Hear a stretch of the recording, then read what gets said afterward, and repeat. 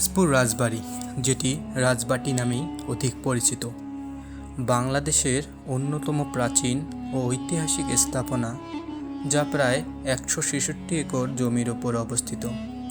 জনশ্রুতি অনুযায়ী পঞ্চদশ শতকের দিকে রাজা গণেশ ও তার পরবর্তী রাজা দীনরাজ ঘোষ এটি প্রতিষ্ঠা করেন, যার নাম অনুসারেই পরবর্তীতে এই অঞ্চলের নাম হয় দিনাজপুর, যা ১৮৯৭ সালের ভূমিকম্পে ক্ষতিগ্রস্ত হলেও পরবর্তীতে মহারাজ গিরিজরাজ রায় পুনরায় নির্মাণ করেন।